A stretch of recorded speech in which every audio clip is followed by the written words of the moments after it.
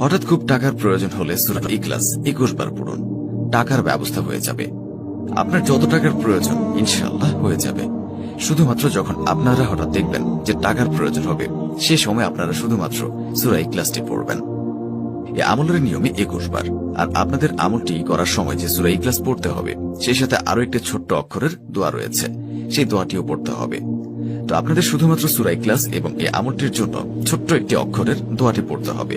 তাহলে আপনারা যখন সূরা ইখলাস 21 বার পড়বেন এবং এই আমলটির দোয়া পড়বেন, তো তখনই দেখবেন যে আপনাদের কাছে টাকার ব্যবস্থা হয়ে গেছে। আপনাদের কাছে টাকা আসতেই থাকবে, আপনারা নিজেও তা বুঝতে পারবেন না।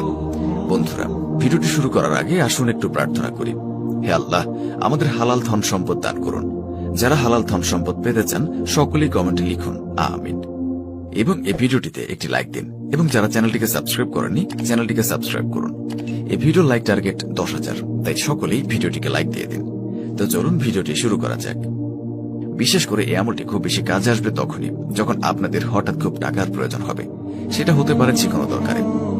আপনার যখনই টাকার প্রয়োজন হবে, আপনি একটু কষ্ট করে সূরা ইখলাসের এই আমলটি করবেন, তাহলে দেখবেন যে আপনাদের কাছে টাকার ব্যবস্থা হয়ে গেছে।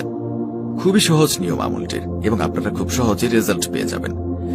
তো আপনাদের এখন এই আমলটির কথা বলে দিচ্ছি। এই আমলটি আপনারা ছেলে মেয়ে সকলেই করতে পারবেন, এবং এর সাথে সাথে ছোট বড় সকলেই করতে পারবেন। যদি আপনারা এই আমলটি করে খুব তাড়াতাড়ি টাকার রেজাল্ট পেতে চান, যখন আপনাদের টাকার দরকার সেই সময় টাকা পেতে চান, তাহলে কিন্তু আপনারা এই ভিডিওটি অবশ্যই মনোযোগ দিয়ে দেখবেন। তবে এই আমলটির নিয়ম কিন্তু আপনাদেরকে একদম ক্লিয়ার ভাবে সহজভাবে বুঝিয়ে দিচ্ছি। যখন আপনারা এই আমলটি করবেন, প্রথমে আগে আপনারা সূরা ইখলাস অবশ্যই মুখস্থ থাকতে হবে। আপনাদের যাদের মুখস্থ নেই তারা একটু কষ্ট করে মুখস্থ করে নেবেন, কারণ এই সূরা ইখলাস পড়ে যদি আপনারা আপনাদের টাকা পয়সার সমস্যা একদম সম্পূর্ণ শেষ করতে পারেন, তাহলে অবশ্যই আপনারা সূরা ইখলাসটি মুখস্থ করে নেবেন। এবং সূরা ইখলাসটি মুখস্থ করে নিলে অনেক ফজিলত রয়েছে। এই সূরার ভেতর অনেক শক্তি রয়েছে, যা আপনারা আগে মুখস্থ করুন, তারপরে বুঝতে পারবেন। তো সূরা ইখলাস আপনাদেরকে পড়তে হবে। তো তখন আপনারা অবশ্যই এই আমলটি করার জন্য শুদ্ধভাবে সূরা ইখলাসটি পড়বেন। আর আপনাদের যে দোয়াটি 21 বার পড়তে হবে, সেই দোয়াটি মাত্র আপনাদেরকে 3 বার উচ্চারণ করে শোনাচ্ছি। তাহলে আশা করি আপনারা বুঝতে পারবেন দোয়াটি হল সুবহানাল্লাহ। আমি দোয়াটি আবারও বলছি, দোয়াটি হচ্ছে সুবহানাল্লাহ। এক শব্দের একটি দোয়া, সুবহানাল্লাহ।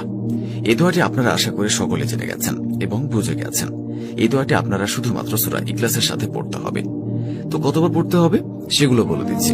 তার আগে নিজে পবিত্র আল কোরআন শরীফের সূরা ইখলাস রয়েছে, সেই সূরাটি আপনাদেরকে শুধুমাত্র 21 বার পড়তে হবে। এবং সেই 21 বার পড়ার পর যখন আপনাদের কাছে টাকা আসবে, তো সেই সময় আপনারা যখন এই আমলটি করবেন, তখন কিন্তু কোনোভাবে সূরা ইখলাস ভুল করে পড়া যাবে না। তো সূরা ইখলাস এখন আমি আপনাদেরকে মাত্র